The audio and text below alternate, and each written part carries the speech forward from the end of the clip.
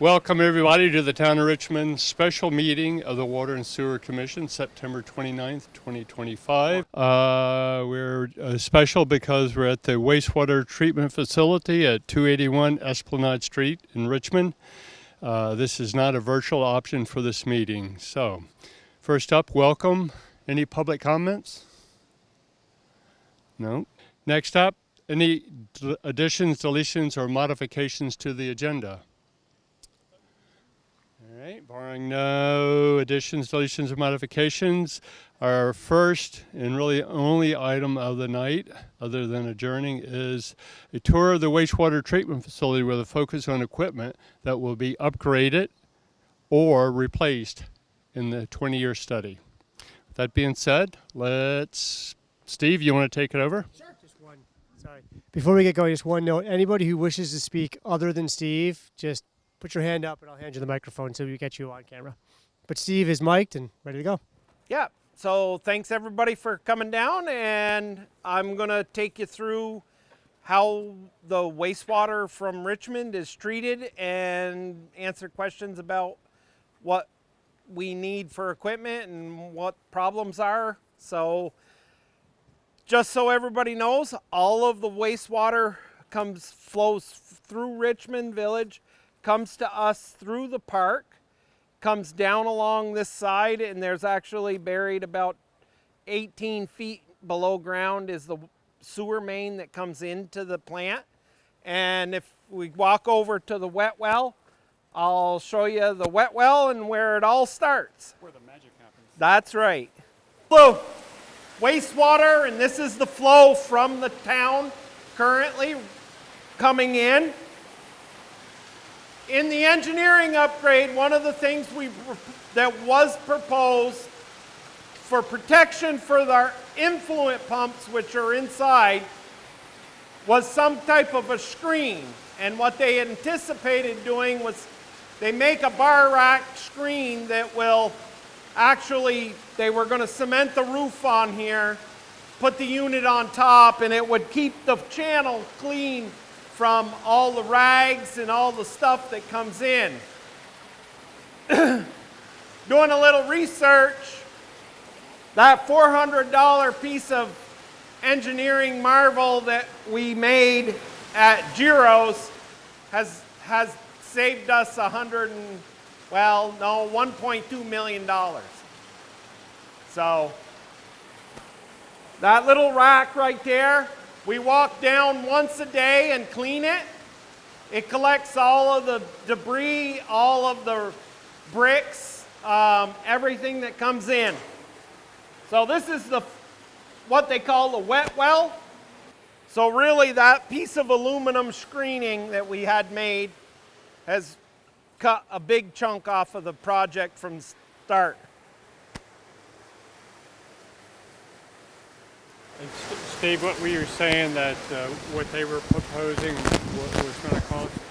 It was about 1.2 million. Just for this? For this section alone, that we cut right out of the program by designing that bar rack. And manually cleaning. And we manually walk down with a bucket once a day and clean it with the hook. And this is basically what we cleaned off today.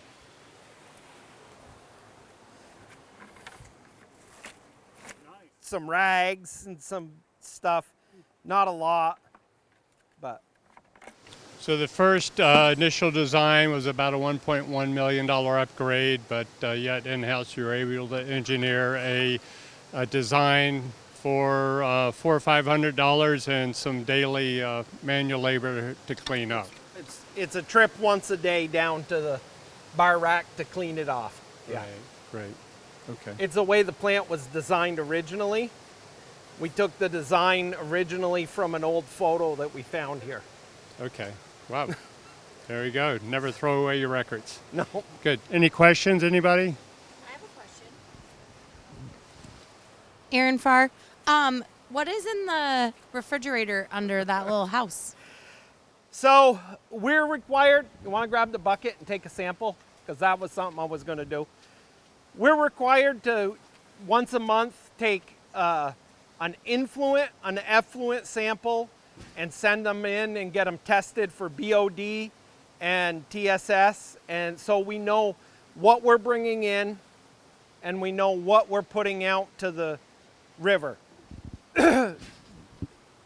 Originally here, they had allowed the town, the state, had allowed us to do an 8-hour composite sample when we were here. They have since tried to, at all the plants in the state, go to a 24-hour composite sample. Some point in the process, there was some pushback here from people in charge at Richmond, and they had kept it at an 8-hour grab sample time. A 24-hour composite sample, of course, is giving you a complete day, so it's giving you a better representative. So what we did was we found this auto sampler, which Richmond already owned, hidden, covered up in the basement. It was brand new. We got it out. We experimented, tried it out. The rats had built a nest in the refrigerator part of it and ruined it. But the auto sampler works great and is 100%. So we've worked with the state. We've got it set up now. We're going to replace now we know it works. We're going to replace the refrigerator and we're going to go to a 24-hour composite sample, which is what the state has asked for several years, and they had not been able to get Richmond to do. The reason it's insulated, of course, is because we're going to finish it. We just got this far, is because obviously in the winter months we have to have it so that it doesn't freeze. We also have to get electricity brought out to it. Right now, we do operate it when we take our samples, but we do it with a extension cord. But that's what that is for. It's the way the state wants us to sample, and we're just trying to make it better. Plus, it's better for us because it gives us, a 24-hour shot instead of just that 8 hours from 7 in the morning till 3 in the afternoon that they were getting before. So that's what it is. It was a $10,000 fine hidden downstairs, covered up with a tarp and a bunch of rats. Literally, the rats ran out of it when we pulled it up here.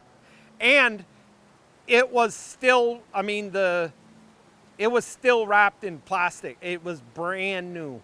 I don't know why it was never used, but so this is our influent, and this is what is coming into the plant from the town. I'm going to have Brad throw it in the Emhoff cone.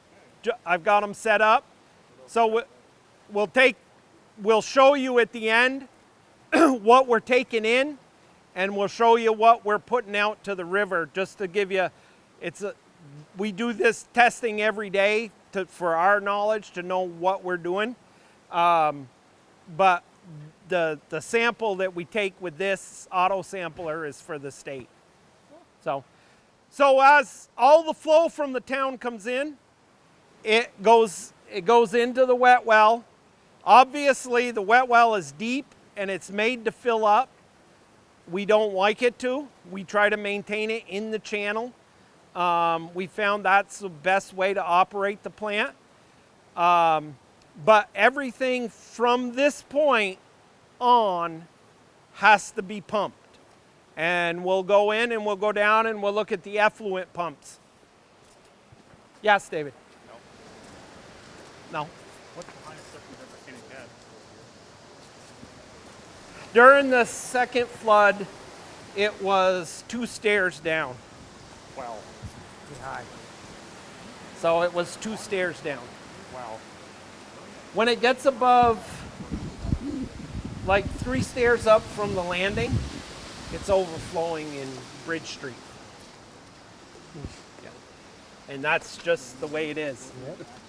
So, Influent yeah, pumps? we'll go inside and go down and take a look at the water that was in it. Well, he's gonna shut them off for a minute.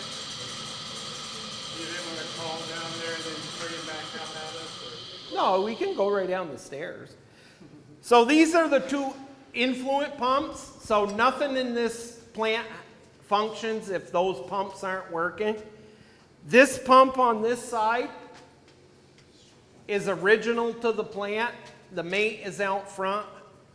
This pump here, we're not 100% sure it'll work anymore. We haven't turned it on in a year. We have a new one replacement you guys approved.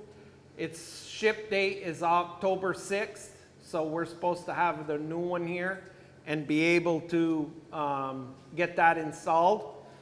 The one on this side is the used pump that was given to us when the other pump failed and has been functioning for us. This 2-pump system is going to be changed in the upgrade to a 3-pump system. And the reason it would be 3 pumps is to meet the inflow during flooding.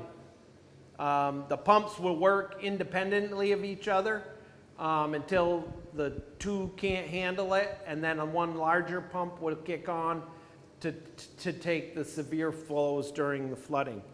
So what these pumps do is basically take the flow in, and then it comes up and pumps outside, and then we'll go back out to look at Headworks. But are there any questions about the influent pumps and what the need is? Like I said, this pump here is used, that was given to us. It was 25 years old. This pump here was 1960, yeah, original to the thing, to the plant. It's served its life, but it really doesn't function now. When it does pump, the seals are gone, and it literally sprays water and influent everywhere. But if we have to use it, we use it. But So Steve, the pump on the top part of people's picture at home, that's the used pump? this is the used And then the pump. pump closest to at the bottom of the screen is the Is the new pump. That's the new Well, pump. I mean, it's the pump That we that's use. original to the plant. Okay, so that's the one we don't use. The one on the top of Yeah. your screen is the used pump that we do use. The one at the bottom of your screen is the original pump that Yep. is not functioning well. I just wanted to try to orient it for No, TV. thank you. Can I ask a question? Yeah. Steve, when we get the new pump, will the new pump be able to be used in the upgrade as one of the 3? Yes. Or will we be That buying is 3 that new is ones? what we've already ordered it. We've gone through the process. It is a mate to one that we will put in during the upgrade. I felt like that's what I remembered, but Yep. I wanted to Nope. clarify for Nope. other people. We would not spend that kind of money without it being able to be used in the upgrade. Okay. A quick question. So they'll have to redesign, all 3 pumps will be put in line. The new pump, we've already got the design for this, for the influent. When we replace this pump and put the new one in, there will be another one over here, and then the third one will actually be towards the bottom of off to the bottom of the stairs. But it will pretty much, I mean, when we put this one in, it won't have to move during the upgrade. It'll be in its spot. So I guess my question is I'll call it a header. You'll have, instead of 2 points, 3 points off of Yeah, yeah. But when we do the changing, so this pipe that is the discharge, there's no way to, right now there's not a valve on that pipe. So when everything drains back out of the headworks by gravity, so when we do the construction for this, the demolition for this pump to put the new one in, we will actually be putting a valve in there, so we don't have to drain the headworks every time. We'll be able to shut it, and then it'll We'll be be able- static. Yeah, it'll hold it up. Right now, there's the only thing holding water there is the check valves. And we're going to be taking those out to, And- to switch it around. And I don't apologize, I don't remember in the 20-year study, did they break out sort of an estimate of what just this will cost? It's close. I mean, I know we paid, was it 40? 43 for the pump alone. right. And we're doing the work. So we're gonna be adding 2 more pumps, and then 80. there'll be some, I think it was close to 250,000 just for the pumpings, for the influent pumps. Yeah, again, quite a savings with you and the crew installing. We're trying. Thank you. But without any of the pumps, nothing can happen here. And actually, if the state really wanted to be, they could, if we had had some discharge problems, the state would have required us to renting a pump, you know, a gas-powered pump, having it plumbed in and having it set outside just for backup. And we'd be paying like, I don't know, 10 grand a month just to have it sit there. So we've been able to maintain our, not have discharges, so we haven't had to do that. Makes the state happy, but we also have told them, look, we're doing it. We're getting a new one, getting it in place, So now we'll go see where the other end of this pipe is. Oh, yeah. As you can see, there's no direct, that's one of the things I've asked for, and there's no direct lift to the bottom. So to bring that 900-pound pump in, there's a window right here. We put it on the back of a portable lift on the back of a truck, put it through the window, lowered it down to here, muscled it over to the lift, and then got it down there. But they're going to cut a hole in the floor right there, which is right by my desk in the thing. They're going to mount a lift to the roof in the lab, and there'll be another entrance door right on the outside. So we'll have a direct lift to the bottom there.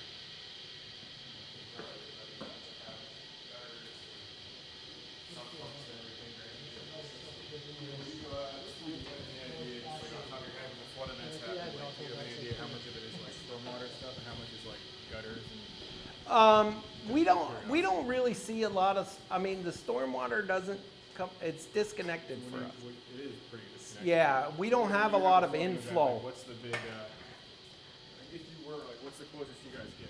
What dictates it? Just like big system flows with like holidays and stuff, or is it like? No, I mean, our flow, daily flows don't, no, not a lot. When we get a flood, that's a different story. That's just manholes or inundated.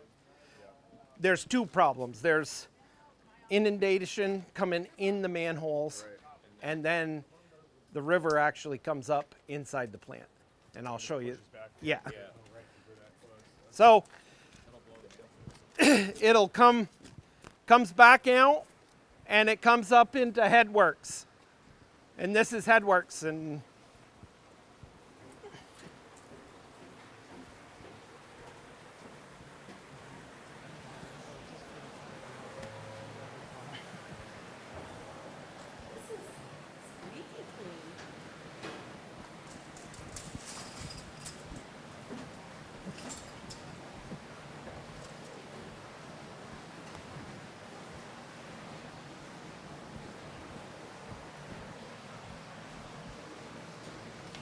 so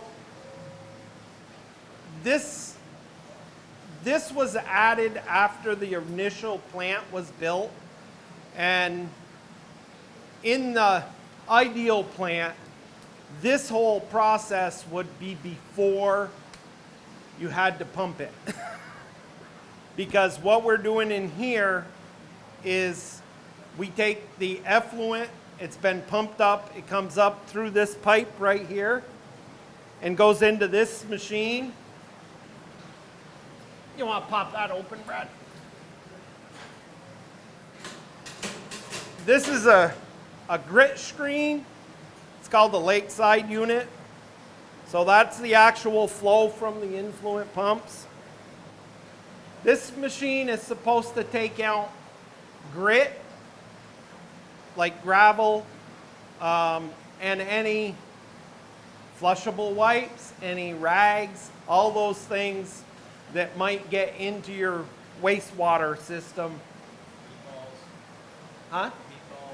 Yeah, all those things. And this is, so through the system, this is what the rags and flushable wipes end up coming in. Did that toilet paper roll come through there? No, that's actually, I think it was paper towel roll that we were in here doing some work and stuff. And then this longer section of it,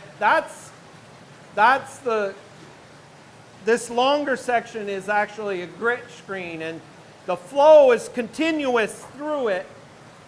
The solids, heavy solids, sink to the bottom. There's an auger in there that goes backwards, bringing the solids back to this auger, and then they remove them, and then that's what this is. It's just like sand, grit. You get a lot of that after rainstorms, during the winter months. And this unit is 20 years old. The main bearing in the basket area, we just as I was starting work here, it was changed with a used one that somebody found. It already has more play in it. It's supposed to have less than a 1/4 inch play in it. It already has more than that. The whole unit is stainless steel. The bottom of it, where the augers ride, there have been patches put in it because they've worn themselves through it. I really am not, I don't think this unit does a really good job. There are other units and better ones. We are restricted to what we can use in here because we are restricted to space. Unfortunately, it does seem like we're going to have to replace this unit with the same type of unit, even though there is better technology out there right now. It's just a confined, it's the amount of space we have on our location here is small. So as the influent comes up, it flows through this whole unit. And then if you come over here, it flows. This is actual flow going through, and it's going through a pipe and into this. There's actually a basin beneath where you guys are walking. And it's an anoxic zone. It's basically, there's a baffled wall every so many feet in it. And as the solids flow through there are mixers. And what it is, it looks like an outboard motor, electric outboard motor. And all it does, yeah, if you want to open one up, Brad, go ahead. Each one of these holes has a mixer in it. You can't see the mixer because it's down in. And basically, it just keeps it stirred, and we're mixing it, and we're trying to get we're not trying to introduce oxygen at this point. We're just trying to get the nitrogen-fixing bacteria to start decomposing and working on all the solids that we take in. So as it flows from this end to the other end, and then it will flow out into our aerated basins, and we'll go out back and look at those. The one thing in here, everything in this section, there's supposed to be a noxic gas alarm Everything in here is supposed to be explosion proof because of the gases and stuff when it's shut up. The alarm system doesn't work, hasn't for years. A lot of the different things in this section, we have changed a couple of the mixers out and found that the old ones were not explosion proof. We've changed them with explosion proof. We've changed a couple of motors, put them back explosion proof, because that's what's supposed to be in here because of the gases and stuff. So this is one area that we really do need to upgrade. Like I said, this unit is pretty much worn out and needs to be replaced. I would like to, in the grand scheme of things, I would like to replace it with a different type of unit, but because we are in the the space requirements, we're going to end up having to go with similar to it. It does work, and I'm sure that it probably will work much better if it's all new, but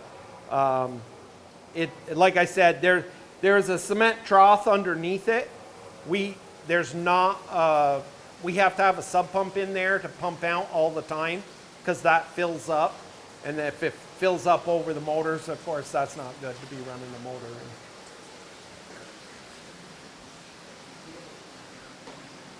So these two gates are actually gates that allow the effluent to flow out into the aeration basins, which are on the back side, which we'll go out and take a look at.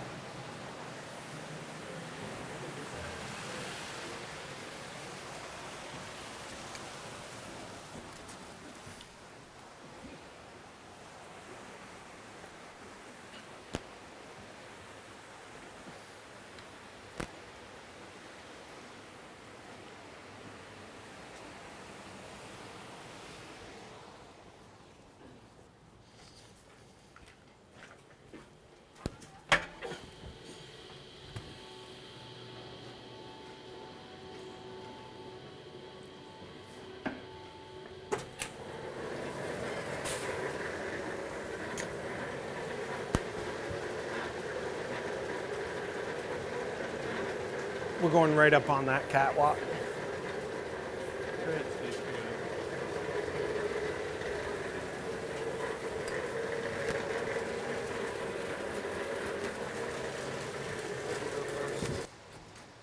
So for those of you who've been around a while, and this tank used to be a fish tank. What? Yes. We switched it last year after many issues.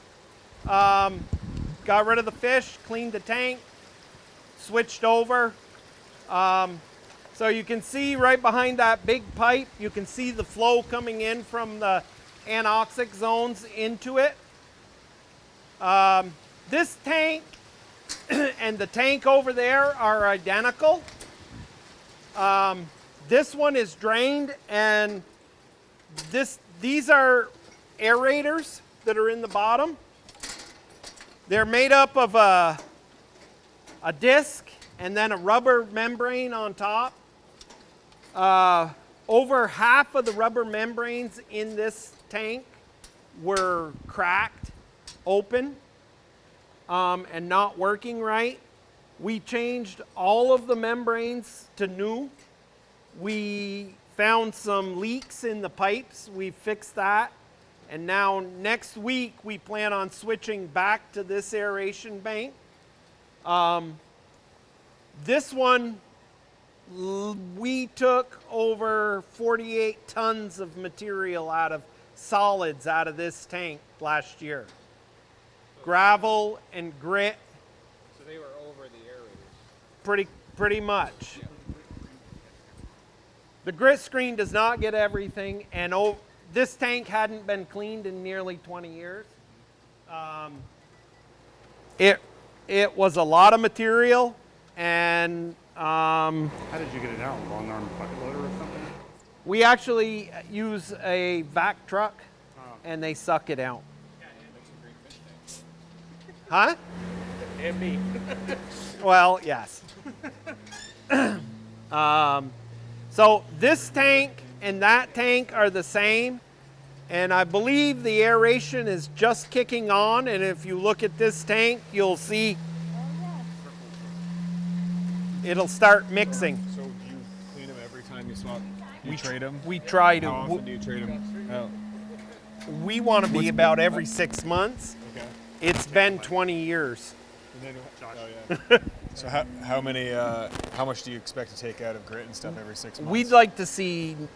We'd like to be able to hose this right through the plant when we're done. Just send it back through? Send it back through because these drain into Headworks. There's a Gotcha. valve right there. Cool, yep. These drain back into the bottom. And so if there is not a lot of grit in here, we should be able to process it back through the plant itself. So a better separator would Gotcha. Catch it coming back. come Yeah, back. So it's right, lengthen the time you'd have to. right. Gotcha. Where the drain goes, is there a pump that pumps it No, back up? that drain is a Oh, it valve, goes to the wet well. Okay, If- and then if- it cycles back around. and then it circles back through. All right. I was trying to In figure out how that compared to theory, Headworks. we should be able to take a fire hose and we clean these all out after. We should be able to clean that one out and not have to pay P&P or a vac truck to come in and clean it. We should be able to process it back through the plant. That's the plan. So while we're up here, on a separate note, I have the digester drain tonight so you can see. If you remember, in July, we cleaned 21 tons of material out of the digester. There's already over a foot of solids accumulated back in the digester.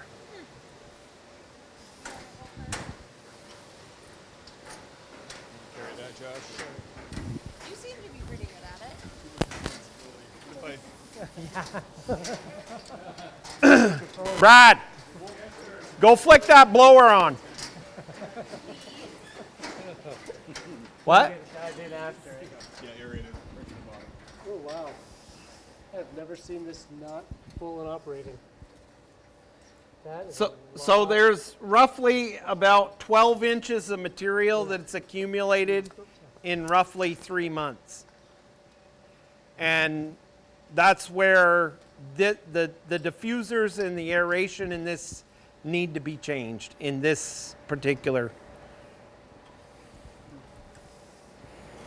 So these are the digesters.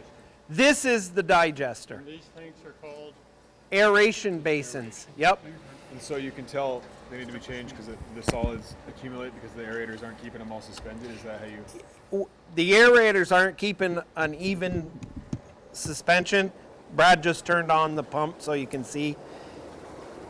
You see there's one right here that's blowing a lot, Got nothing over there. and you got nothing. And then as you go further, you really end up with nothing. And it doesn't look it right now because of the dark, but it is solids. It's grit. We've gotten 3 estimates to put new aerators in here. If we do the work, we got one for $125,000 just for materials, one for $28,000, and one for I think it was $27,000.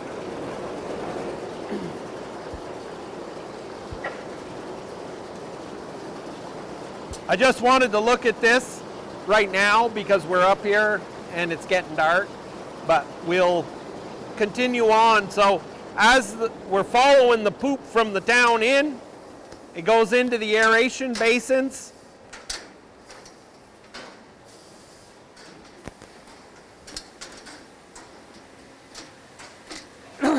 And it's constantly flowing. It's constantly flowing in, and it's constantly flowing out through the weirs on that channel.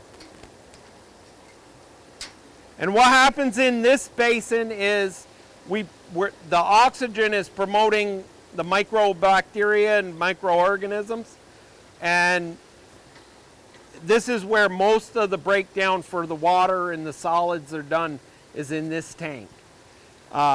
when you don't have an even flow of mixing and oxygen introduction is when you get, you'll get, stagnant areas of air and stuff, and you won't have a good microbiology growth in the tank. So this is when you.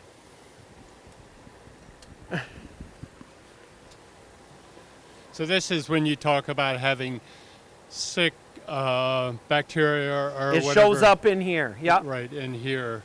Yep. And do we know, is that caused mainly from not having good aeration, or is it multiple things? I mean, if you if you don't have good aeration and you're not, and your bacteria and your microorganisms aren't happy, then yeah, it's a shock to the plant is more affected. If they're healthy and everything is perfect, then the shock to the plant can sometimes be absorbed because you're generating it all the time. But it cycles, so we try to keep the DO between a 4 and a 6, and that's measured with this, and it's connected to SCADA, and it will turn the blowers off, and it settles. You see all the solids will settle, but then when the blower kicks back on, everything's mixed back up again. And DO being dissolved oxygen? Yes. Yep. And I'll have Brad grab a sample here, but later, so they can see how quick it settles out. So if we're following this, it's overflowing, it's going into that channel, and it's flowing down to those are the clarifiers. And that's where the separation of water and solids really occurs. And we'll come down here and we'll talk about what's going on down here.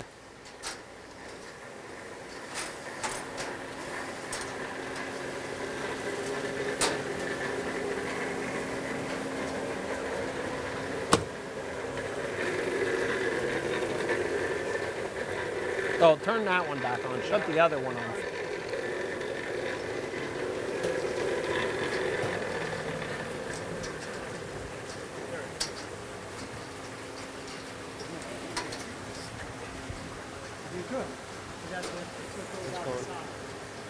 Yeah.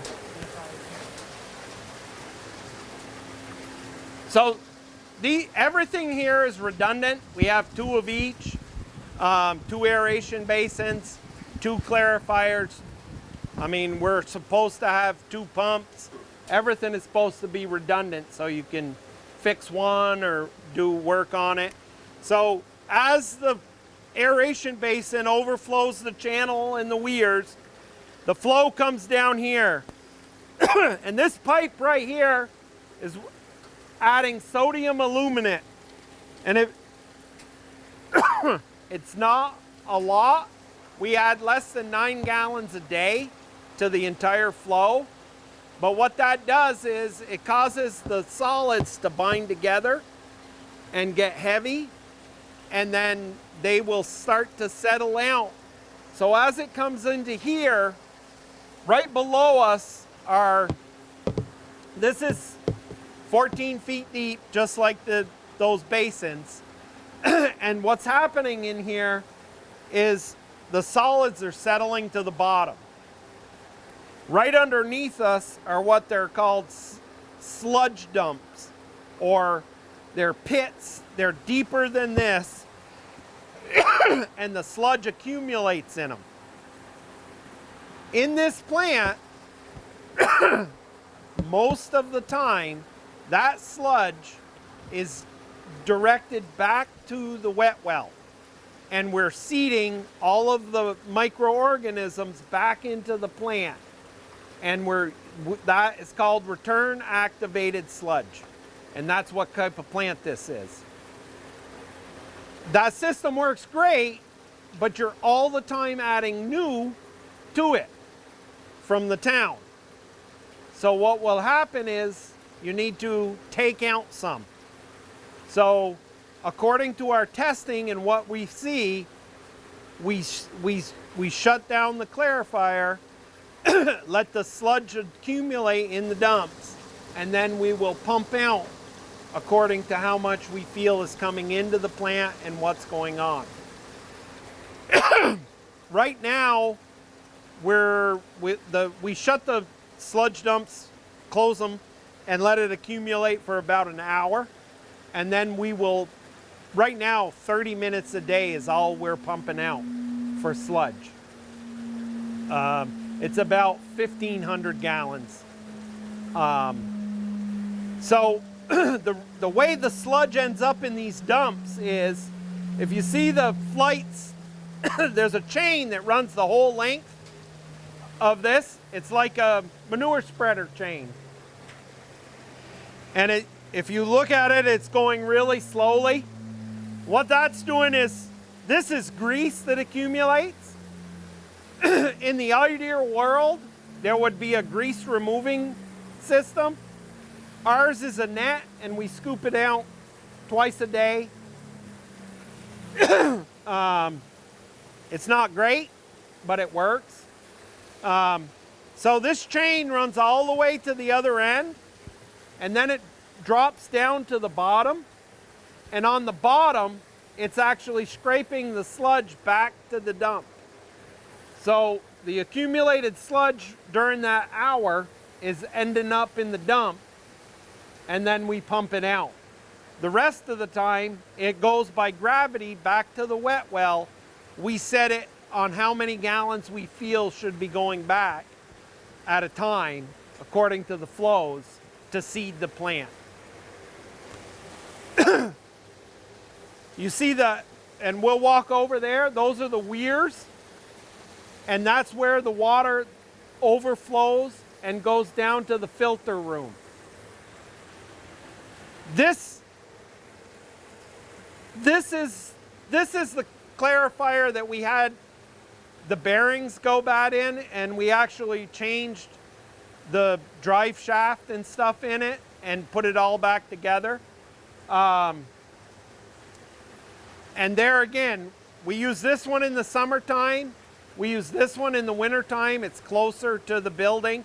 Doesn't tend to freeze as much. So we'll walk down and we'll look at the filter room. Yeah. So when I think about from aeration tanks, we'll include the digester at this point as well as the clarifiers. Again, what significant upgrades are we looking at having to do here? So the only upgrades, the only upgrade to the tank, the aeration tanks, are that we need besides the blower upgrades. Right now, this plant should be able to operate both tanks. Right now, we can only operate one tank at a time because our blowers are not set up to pump air. They're only set up to pump air into one tank, not both. So that part of the upgrade is really a plumbing problem, and we need bigger blowers. The blowers are old. Talking about the blowers a little bit, I'll show them to you when we go into the filter room. The blowers in this facility, they suck their air, they suck their air from the storage tanks for the septage. So when you think about putting oxygen into these things, you're sucking air out of a deprived environment already. I was told the way the plant was originally designed was it was supposed to suck oxygen from outside. I was told it was too noisy in the park and people didn't like it, so they redesigned it to suck out of the things. I made the decision last spring, unknown to most people. I opened the valve to suck oxygen from outside again, and not to suck it from the tanks. I didn't get any complaints from people in the park about the noise. And really, it's that blue cover right there is where the air is sucked in. As a result of doing that, in almost less than 24 hours, the plant was acting totally different. And we've seen much better and healthier microbiology as a result. Better breakdown of the solids as well. Yeah. Yeah. So was that the louder sound we heard when we first got out here? That, like, it was like, Yeah. that was Yeah. oxygen? That, Okay. When that started, that was the oxygen. blowers. And that Yep. was pulling the oxygen in. It's pulling Gotcha. oxygen now from in there, and nobody seemed to You can't complain. even hear to- it right now. It's off right now, Oh, as okay. you can see. But that louder sound was when it goes on. Yeah. Okay. I was wondering because I had heard it when I'm over here in the So, mornings for baseball. Part of what we've wondering- asked the engineers to do in the upgrade is there are mufflers Oh, okay. to quiet it down some. Yeah. With the new blowers, we've asked to have that installed also. Cool. And then I got one other question. Where is this water coming from and what's it for? Oh, So, we got jokes. no. So, we have to keep these tanks full during the winter, and so we have designed a way of pumping effluent. This is the effluent that would go out to the river. We take a part of it and pump it back, so we can fill any of these tanks up, so they're not going to freeze during the winter months. And what this tank right here, this clarifier right now, is separated from this one. And it's separated there, and there's also a hole down there that's plugged. So we essentially don't need this one running right now. We keep effluent coming back in it because we have a sub pump there that sprays here to keep it coming back. It was a design that was set up that way. It seems to work. Cool. In the winter, we don't have to because this one will be full and the sub pump is here and it just pumps back into this tank. We don't need to keep it full. But right now, if we didn't have that, this one would pump itself empty and then we wouldn't have any way to keep it back full. Okay. Cool. It's just a way of keeping everything flowing Yeah. and keeping stuff, full and using the water that we're dumping out to the instead of fresh water. Thanks. Steve, you said with the blower upgrades and stuff, you'll be able to run both aeration tanks in parallel and all that. Is there like an advantage to doing that besides redundancy? There is, because right now, when we switch these tanks, we can't, you can't empty this one in a heartbeat. It takes 8 hours. And you can't aerate the one you're filling at the same time. So you have the chance, you drain this one down as far as you think and hope you've got enough in that one. You don't want to kill the bacteria and the microorganism in this one. If they were both able to run at the same time, we'd be able to... Instead of swapping them over, you'd be able to just shut one down Right. and have them both operating. Clean it. Gotcha. Makes The sense. other advantage is a flood event. During a flood event, we would be able to process both tanks. We could open them up, run them both at the same time, process all the water. Right now, during a flood event, our flows are like 70,000 gallons a day. In a flood event, we put 1.2 million through the plant in 24 hours. So you turn everything on, turn everything up, and process as fast as you can and hope that you don't have a problem. So if you have twice of them, you get twice the dwell time and you can just kind of treat everything a little bit better and hopefully... Yeah.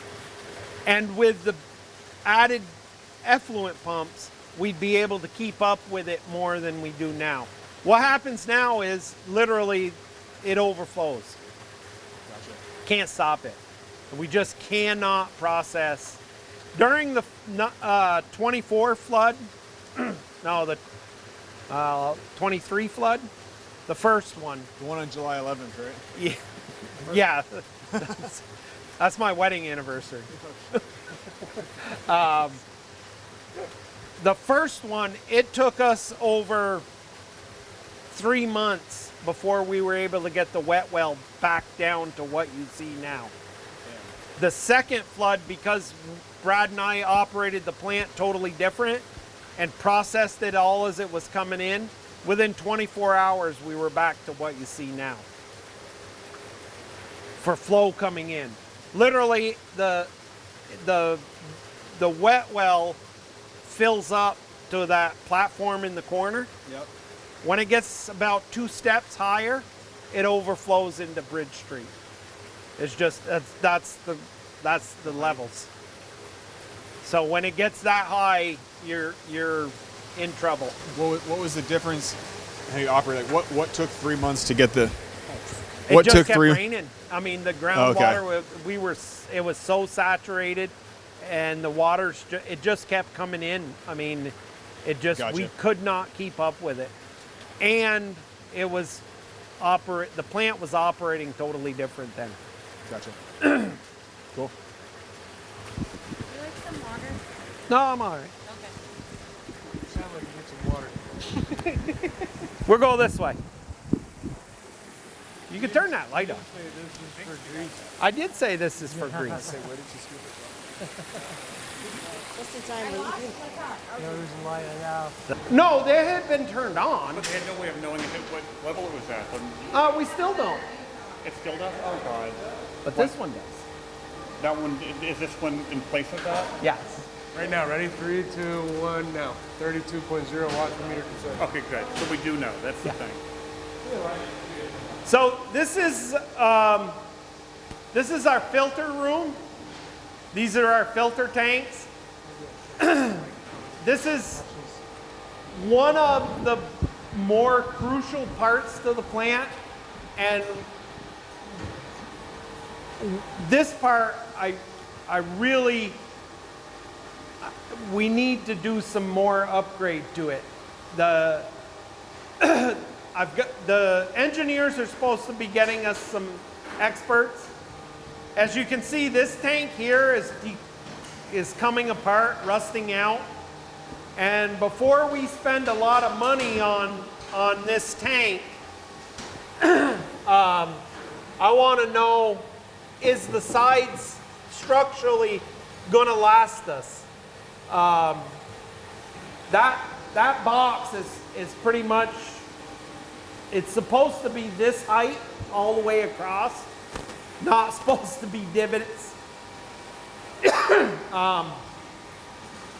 The other thing is these control panels are 20 years old. They really need to upgrade the PLCs in them. They do offer upgrades to these, but before we spend a lot of money on doing stuff to these filters, I want to get some expert analysis on, are these tanks worthy of doing that. So they're redundant. We don't have to use them both at the same time. We do use them both in a flood event. We will turn both of them on. It helps us process as much water as we can. And basically what they do, if you look in here, these rotate. They filter anything out. They scrape off, and all the solids fall to the bottom. And then what happens is, routinely, and you will hear me, we've talked about the sludge pumps in these. They pump the solids from the bottom back to the headworks, and then they will actually back flush clean water through the filters to keep them clean. So we try to switch them every 2 weeks and alternate and wash them. And that's why you see this one empty right now. And these discs, What? what are these discs made out of? It's a, Can you say I said, what are these discs made out of? I think these are 5-micron pores. They feel like shag carpeting a little, but each wedge, you can take it out, pull the disc, the filtered fabric off, put them back on. It's about $24,000 to change all of them. During the 20, we did it during the 24? Yeah, the 23 flood, we had to change all of them because they got inundated with silt and you couldn't clean them, you had to change them. So we've changed them all, and the life expectancy on them is like 3 to 4 years. Now, so during the flood, we had enough spares? We did, because Kendall had slowly purchased a bunch and had them on the shelf with the intent on changing them. The ones that were in here were 10 years old. So as it flows and as it fills up and flows out, it goes out through this pipe and underneath us into this channel. And this channel is, that's the blower starting. Yeah, it's going to be loud in here in a minute. This channel contains the UV lights. We have 2 banks. During a flood event, not only do we run both filters, but we run both UV lights. It doesn't kill anything, it sterilizes it, so it can't reproduce. That's the answer. If we didn't have UV lights, the other option would be chlorine, which is terrible because then you need to dechlorinate before you can dump out. And then some people have gone, some plants go to an ozone treatment. But the UV lights seem to work really well in our system. We very seldom do we get any detects for E. coli or anything when we sample for the state. And is this like this last step before it goes back to the river? This is the last step. So right over here, you want to run up and get a sample bucket? Yeah. So right here is, you can look, this is where it goes out to the river.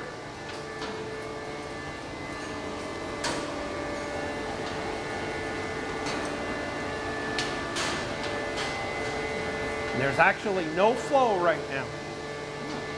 So you can see. But that pipe on the wall going that way, that is the discharge that goes to the river.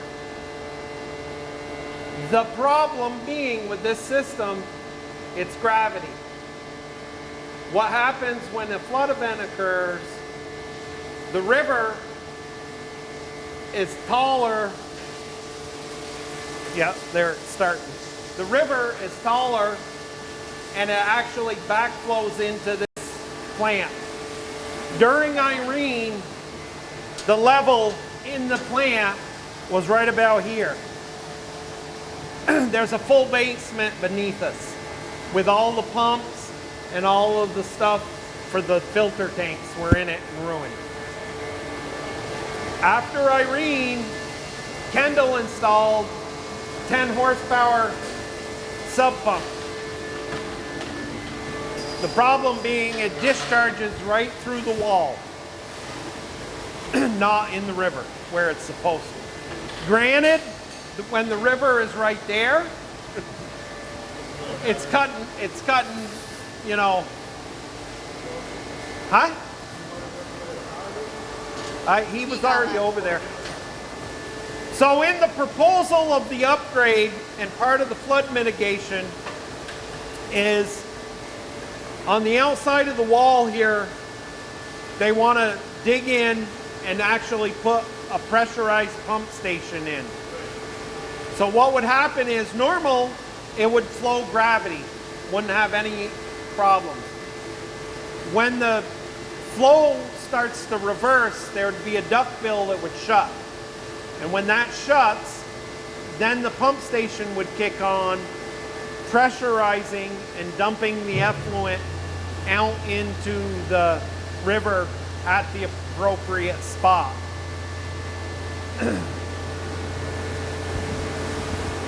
Steve, so what you were just saying there, would it not use the same pipe, a fluid pipe? It does use the same pipe, but what happens is it would close and then become a pressurized system.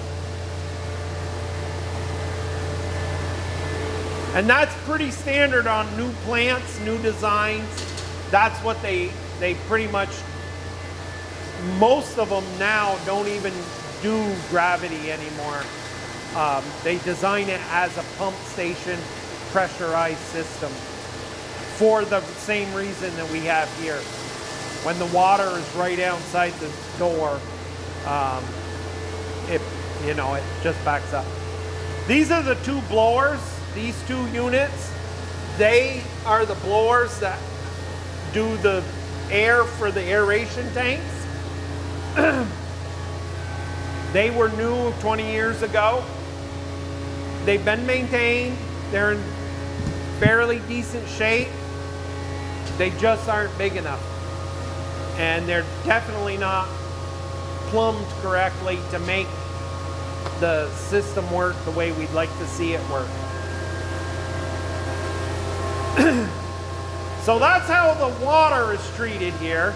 And Brad will take you out and we'll throw this in the, but that's the water that goes down into the Winooski. We'll throw it in an Enhoff comb, show you how we test it. But I want to quickly go and show you guys how all of our septage is processed. Yeah. So one quick question here, as far as upgrades here then, you're looking at replacing these two aeration blowers then, upsizing and new? These two units definitely need to be replaced. Not only because they're small, we don't even know really the condition of them. They've been sucking air out of noxious air, not oxygen, but air out of our septage tanks for 20 years.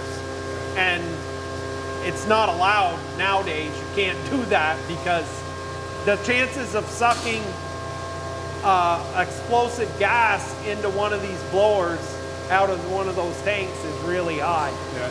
So thinking about that, if you didn't replace it and one of them went down, where would you even find a replacement? In a timely We would manner? hope that we could keep the other one running until we could get a replacement. If we don't have oxygen to make the plant healthy, then we can't process anything here.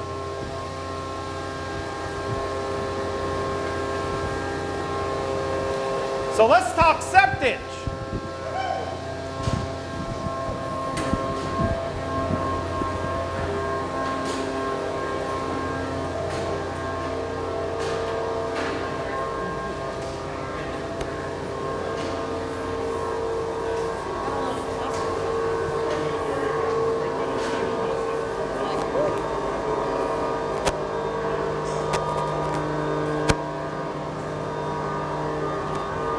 And as you go by on the door is the height for Irene.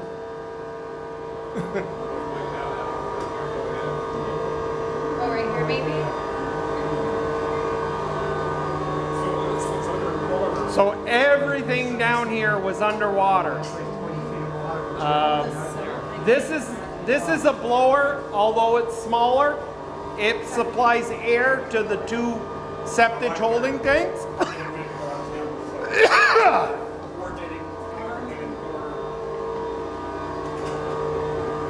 On the other side of this wall are two 25,000 gallon tanks.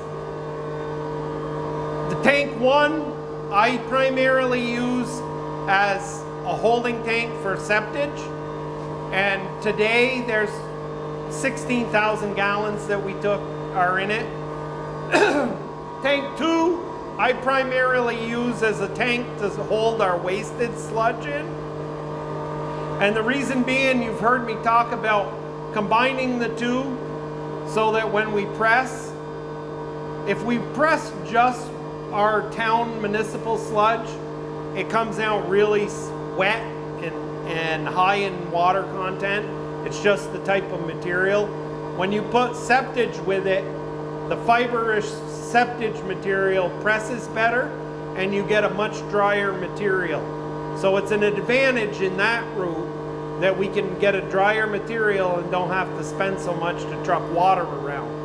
So in that route, it's a benefit, but that's the reason that I try to keep the two tanks separate.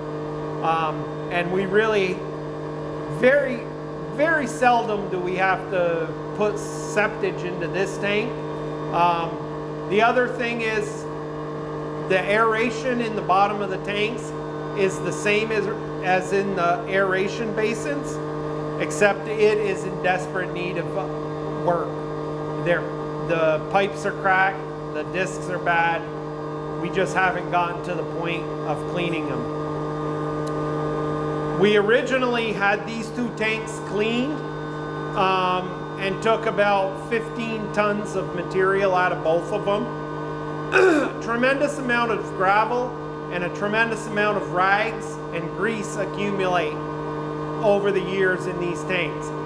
We since have been able to clean them ourselves by just getting into them with a fire hose and spraying all the grease in the solids, removing any of the rags and stuff manually. And we've been doing that about every 6 months, which it's due this month. Any volunteers? No, Brad likes that job. He really does. So he gets in them with a garden hose. It's a confined space. We do confined space with a lift. Somebody's there watching him all the time and he's connected. And we use a meter to make sure there's no gases and stuff in it. But by doing that, we've been able to maintain them for a couple of years now and not had to have the expense of cleaning them. And it's paid off this time where we feel we've been rushed in the ability to do it, but now we're going to actually do some maintenance while we're in them and have them cleaned. So we're gaining a little bit every time. The rest down here, that's where our sodium aluminate is stored. It's about a $15,000 item on the upgrade. We need to raise the containment center for it. They want to see roughly 50% volume containment. We're not that much. So the cement wall that's around it, that is a containment wall, needs to be raised about 18 inches to give us the right amount of volume. The other thing is, you've heard me talk about LMI pumps. That has an LMI pump. We want to switch it to the newer style of pump that is centrifugal, you know, the hose pump. That in the upgrade, they anticipate, we're supposed to be redundant. We only have one pump on there right now. We're supposed to have two in the ability to switch and clean one and do the maintenance, and we don't have that. That project is something that we feel we can take on and get accomplished. We'll have to buy the pumps, obviously, but we figured we could do the cement work on the wall ourselves and save us some money. It's not a lot, but we chip away at whatever we feel we can do and try to save money wherever we can. I don't know if you want to look at the bottom of the filter tanks. They're not.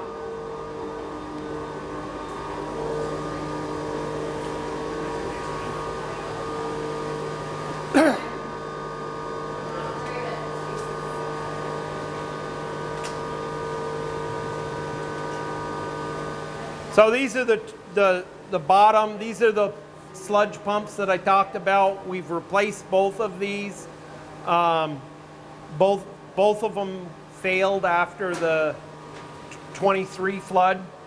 We have one, we took the 2 pumps, these are both brand new.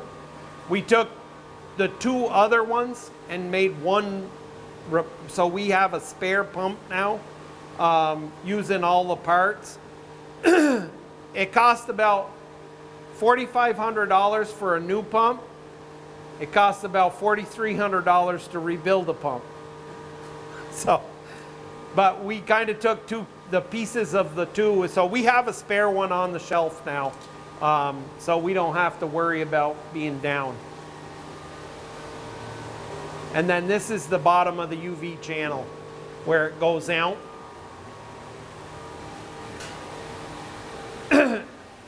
And then this is the actual where it goes out to the river. It's behind this wall.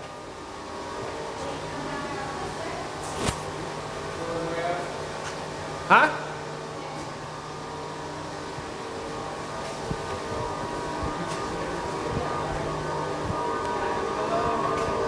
Nice recording. You should put that on your Tinder profile. Enjoy cleaning out the septic. So in both of the floods since I've been here, I've been able to maintain about 3 inches in the basement. There is a sub pump there, and I have a couple of small ones, and we run garden hoses up. Try to keep this below any of the height of anything down here. Versus over the ceiling. Yep.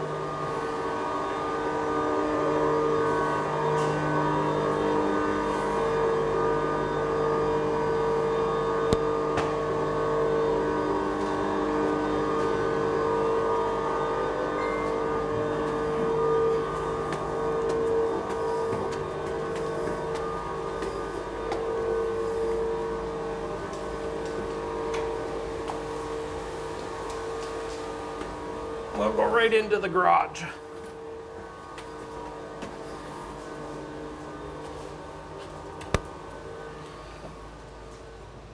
Your favorite room down there, Brad?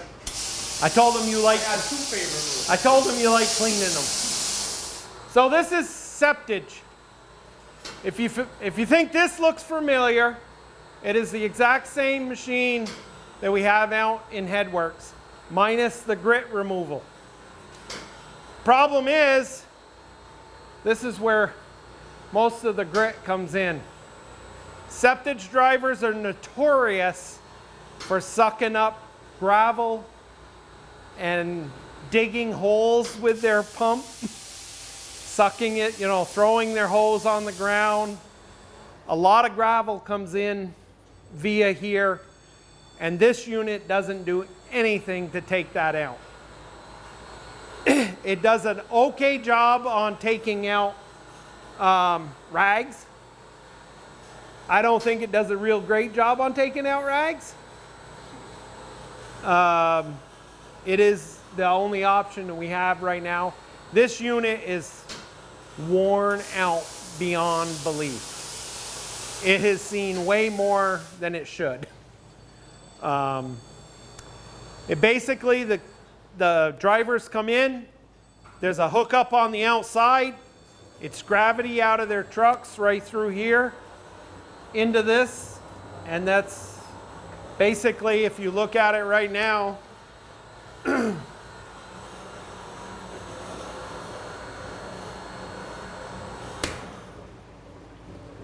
you can see it's covered in those rags should fall off. The comb so it runs backwards through the comb every 8 revolutions. They don't clean off. The comb's worn out. It is. There's actually about 3/4 of an inch of play in this bearing on this end. How old is this thing? 20 years old, And service life is 20 years. pretty much. Good question. Ask Steve how much New York City takes out of flushable wipes every day. It's flushable wipes that are the rags. It's everything. In the septic unit, it's everything. You get underwear, you get whatever people flush down their drains or portalette waste. If you've ever seen a terrible portalette at a job site. I have never. No? Well, you're lucky. Really, you can ask Brad. The other night we had an issue out with the press, and when I finally got it cured, the floor was covered. It looked like 1,000 packages of cigarettes. It looked like somebody had sucked. I mean, it was literally a couple of 5-gallon pails full of cigarette butts. Those things all together end up plugging everything up. What's the strangest thing you pulled out? I don't know. I don't know if I want to know. I won't let Brad tell his story, but all I'm going to say is, yeah, all I'm going to say is you keep your mouth shut when you clean this. That's true. So the septage flows through it, and then it flows into the 2 tanks that are underneath us. One here, and the other is over there. And this one, I think, isn't got very much. Got the flashlight, Brad?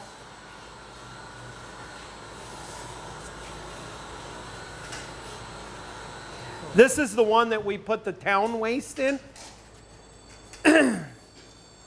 No, he's got a flashlight. So, and this goes to, again, we should be able to aerate both these tanks at the same time. Both this tank and that tank. Currently, we can't. We have enough air, but if this tank is half full and that tank is full, all the air will go here. It's not plumbed so you can aerate. And these are the tanks that it was sucking the air from. Yes. Yep. Sure was. Yep. So not to sound mean, but like this air is stinky. It's good that you're doing it. Like when you were talking about the noxious gases, I was like, Yep. oh, probably not that bad, but like that's pretty. It is. Well, pop that one, will you, Brad? That one has septage in it and is being aerated. So you can really get the effect of this one.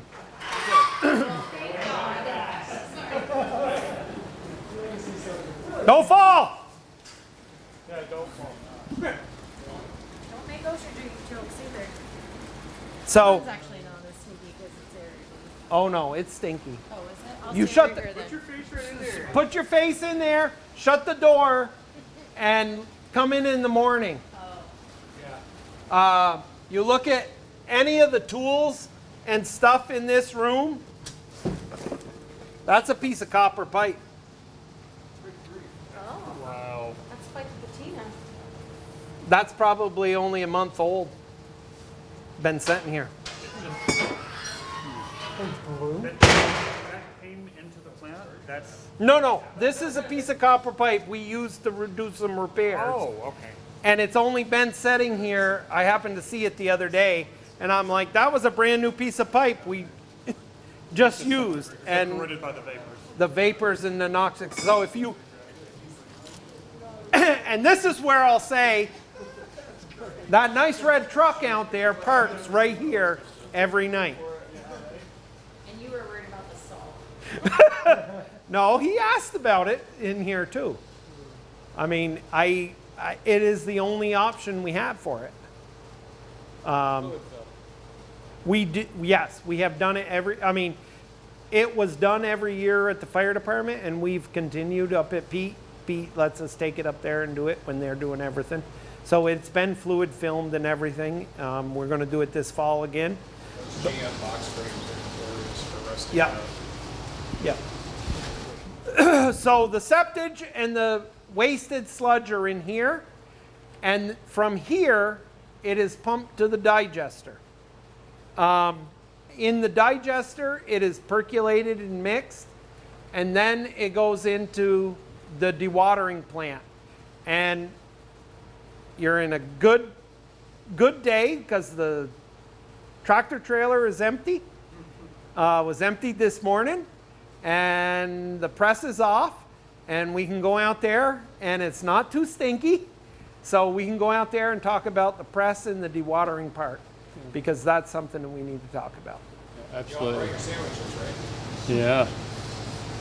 So question, I'm sure this is all to code, but should you have a better blower to pull air or push air through this part of the building? Two things need to happen in here. There is, in the upgrade, a proposed cement wall going up right across here, making this side of the plant in here should have been set up just like Headworks. Everything in there should have been explosion proof. Everything should have been, with gas monitors and return air and everything. The air system in this plant is non-functional. All of it is. We have slowly gotten pieces working. We cannot get the one upstairs in this part working. We cannot get the one in the filter room working. We got the one in the bathroom to work. I mean, literally the motors are seized, the fans aren't, the controls are gone. It's really sad. Some of them, the motors are just spinning and the belts are gone. So that's going to be a big part of the upgrade then. I mean, heating and ventilating system in this plant did not work when it was done 20 years ago. And the answer to the problem was not to get the engineers to fix it when it occurred, and they knew that there was a heating problem.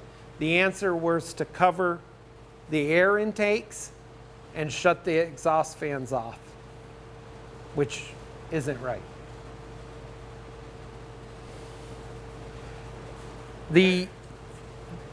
Behind this wall is our electrical room. There again, the electrical room needs to stay cool. The answer for cooling it was to cut holes in the wall and let air in from here.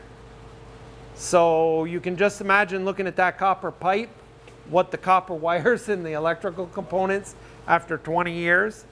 The first thing I did, second thing I did in there was I took the ventilation off from, it was covered just like that one. Got the fan working, sealed the air from this room, and now that room stays 68 degrees all the time, sucking air in from outside. We can go in and take a look.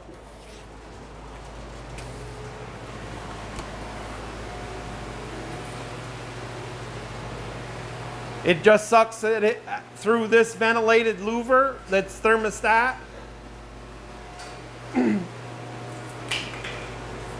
I don't know how many truckloads of stuff we took out of this room. Brad can attest that this room was full of junk. Every time we clean an area, we just keep trying to clean it. For the most part, I don't see a lot going on in here. There will have to be some upgrades to some of the electrical because of what we're bringing in. And we're going to have a full electrical assessment done by an electrical engineer before we start. It's on the list of things. So let's go out to dewatering. All right, the excitement builds.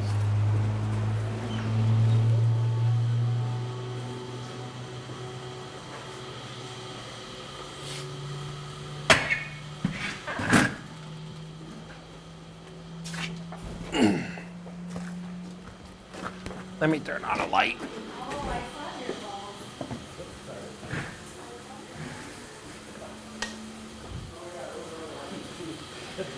Yeah, You want outside some lighting. water? No, I'm good. I don't drink water from Richmond.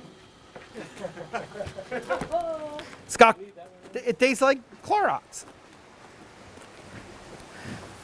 You're still mic'd up. Huh? You're still mic'd up. Oh, yeah. We like to lead off in video.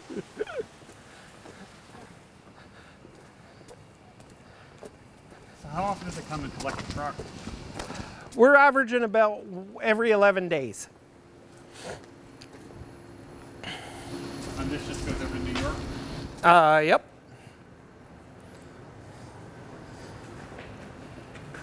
Anybody want cherry tomatoes? Is that what those are? Oh, yeah. Only thing that makes it through a sewer plant are tomato seeds. This is the nitrogen. And how's the auger doing?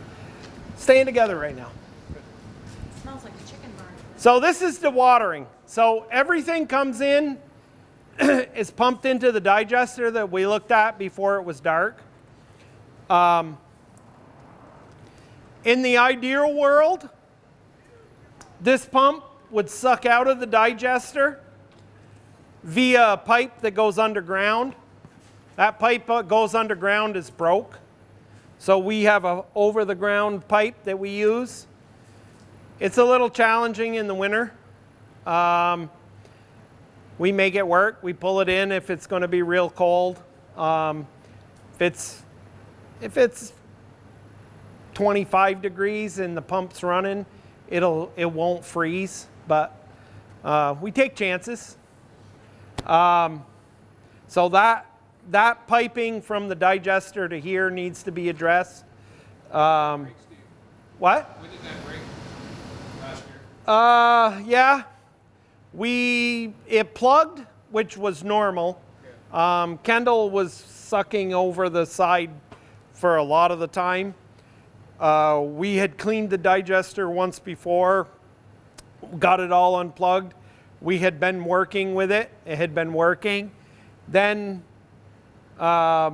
it plugged up again. And to unplug it, we hooked the fire hose to the pipe over here and can blow back through it. But when we did, right about here, the water shot out of the ground about 3 feet. And we said no more. So, yeah, it's been about a year now, year and a half, that we know that it's broke. So, it goes from this pump into the day tank, the notorious day tank. If you guys want to see this is the one we repaired.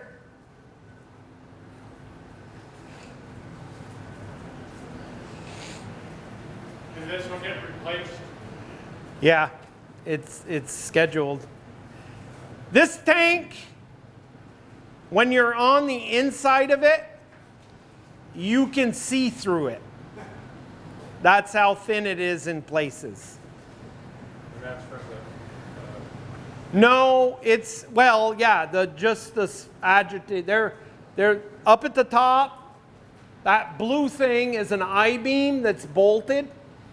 That holds an agitator that spins on the inside. And there's an agitator propeller about here and another one about this high. Yeah. So yeah, this is the, can't hardly even tell.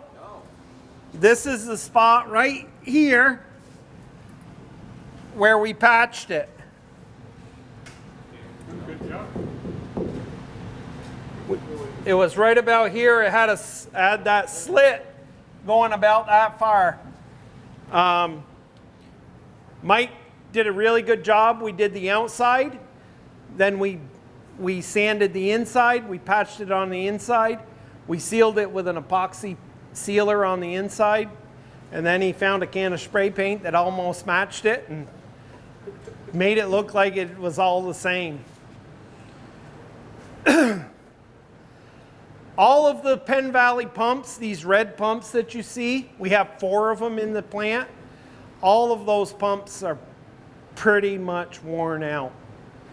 I have asked the engineers to change, they have upgraded and made better versions of them, but these pumps, I will attest, will pump anything, and they are self-priming. They, for the most part, these pumps are trouble-free.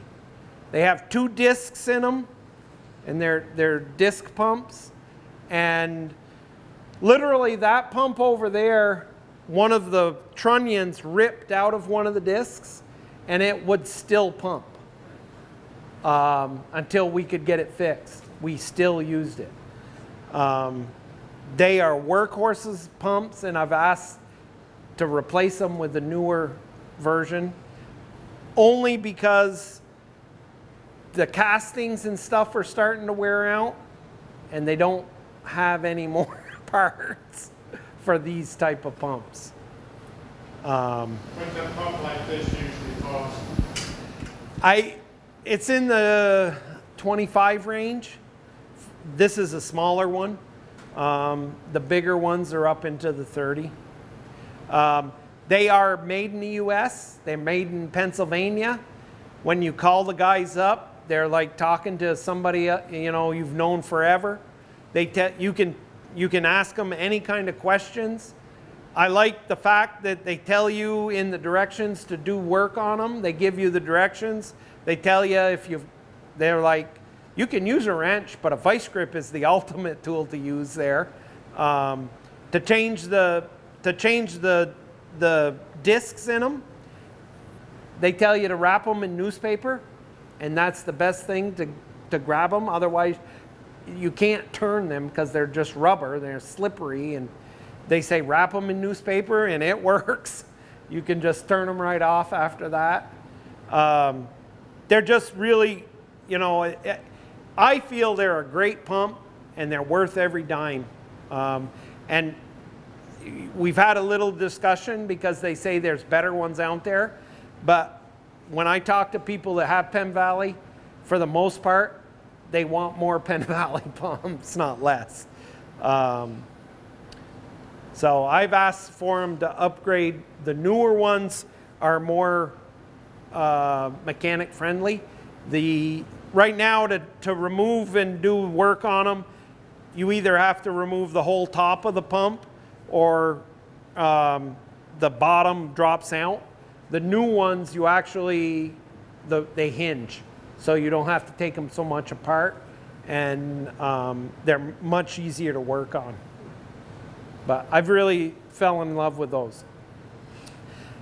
That being said, the press, after it comes out of the day tank and goes through here, this is the flocculator. This, all it does is mix polymer with the sludge, and all polymer does is make it thicker, makes it bind together. So what we're really trying to do is de-water it. Take the water out, put the dry stuff into the trailer. When it's all working right, you get a really nice cake out of the press, and all the press is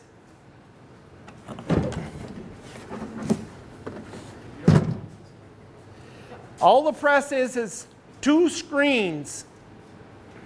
The sludge comes down, goes into the screens. There's a diffuser right here where it's going in, and they rotate. And as they rotate, the solids stay on the inside and the water comes out. And when they get around to here, the sludge then hits the bottom of the diffuser and comes out. And I'll just show you.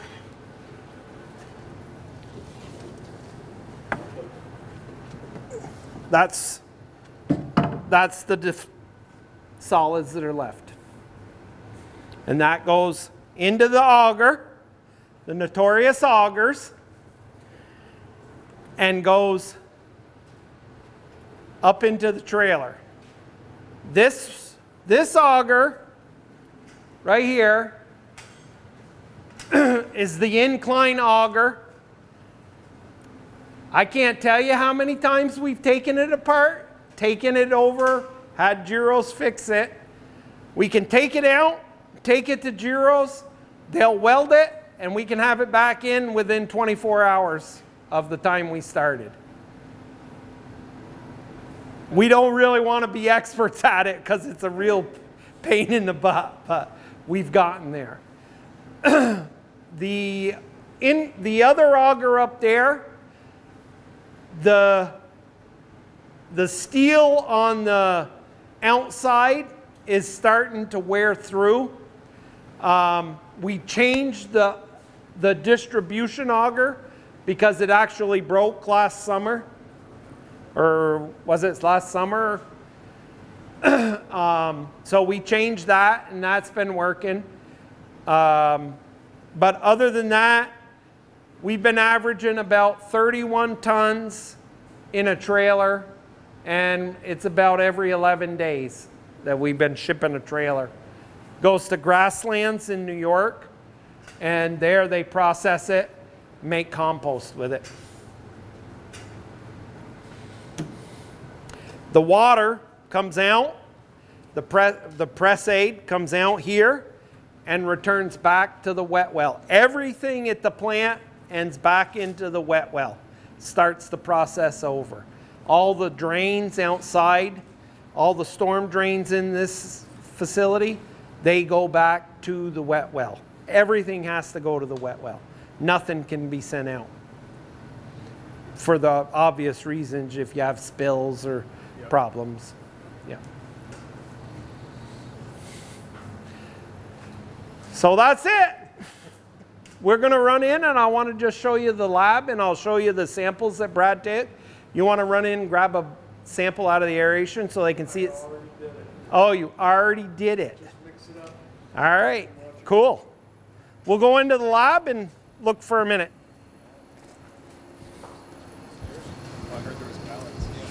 They're stored out back in case they need it. Huh? Pallets. We kept the old Talking like staircase out back pallets. in case you need it again. What staircase? Pallets. Yes. No. The old staircase. Yeah. Do you pump the polymer into the tote that's in there, or are you able to squeeze the new polymer totes in somehow with like a forklift? In the old system, we dumped 55-gallon drums every day Yeah, into barrels. yeah. So now, once a month, we pick it up with a forklift, And do it that way. and we outside, and we have a hose that runs in and fills the tote in place. Okay, that's what I was wondering, because I was like, there is not enough space to get this tote out. Sure, got in there. it got in there. Yeah, but an empty tote. No, it was full. When that thing was out one time, the auger maybe? No, Nope. we can put it in. We can put it in there with a pallet jack. Oh, okay. Oh, wait, so this is cool. So, Brad will stir that up. That's the top of it. Yeah.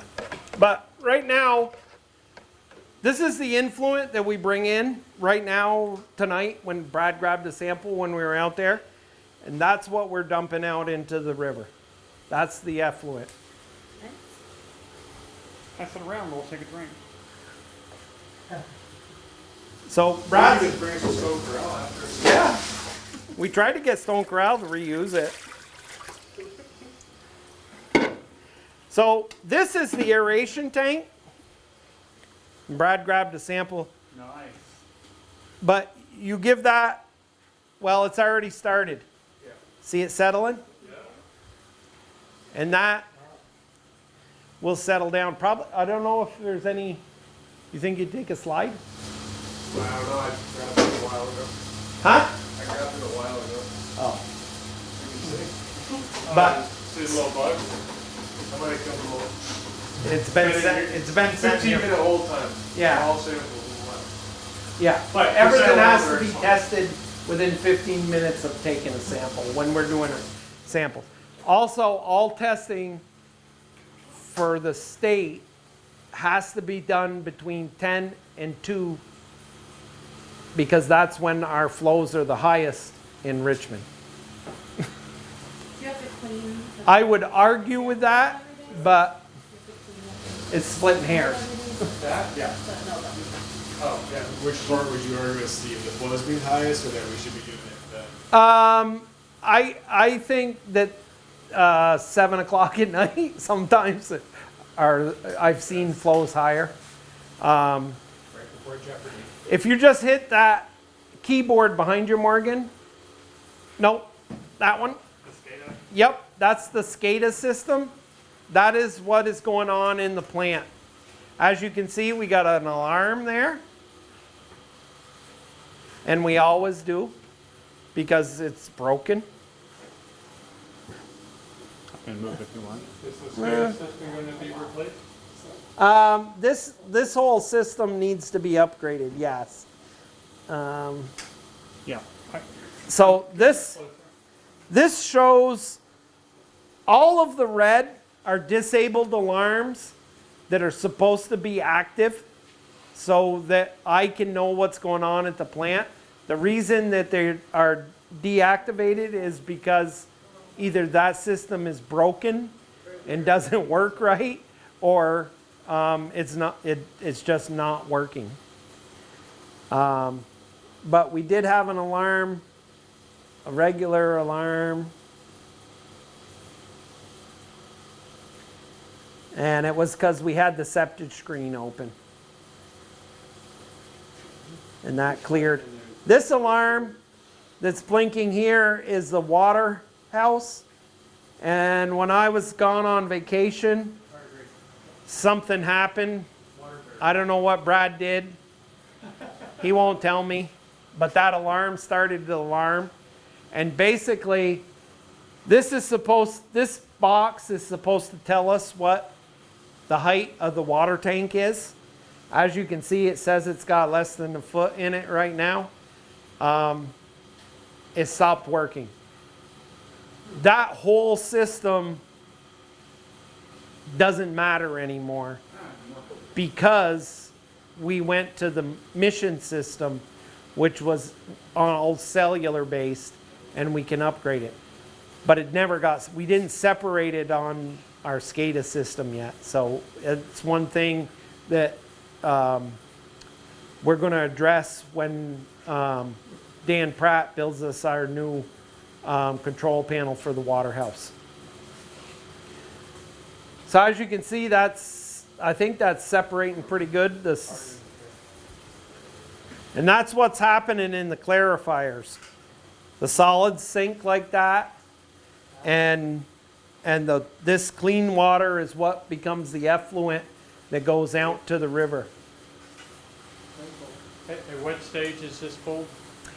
This is pulled out of the aeration tank, Okay. but this is what happens is mimicked what happens in the clarifier. Clarifier, yeah. So this sludge would be returned back to the wet well, and this clean water is what goes down into the filter room, gets filtered, disinfected, and goes out to the river. Yeah. If this stays cloudy, then there's an issue. The solids aren't settling. You want it to settle, pretty rapidly, and that gives you a good.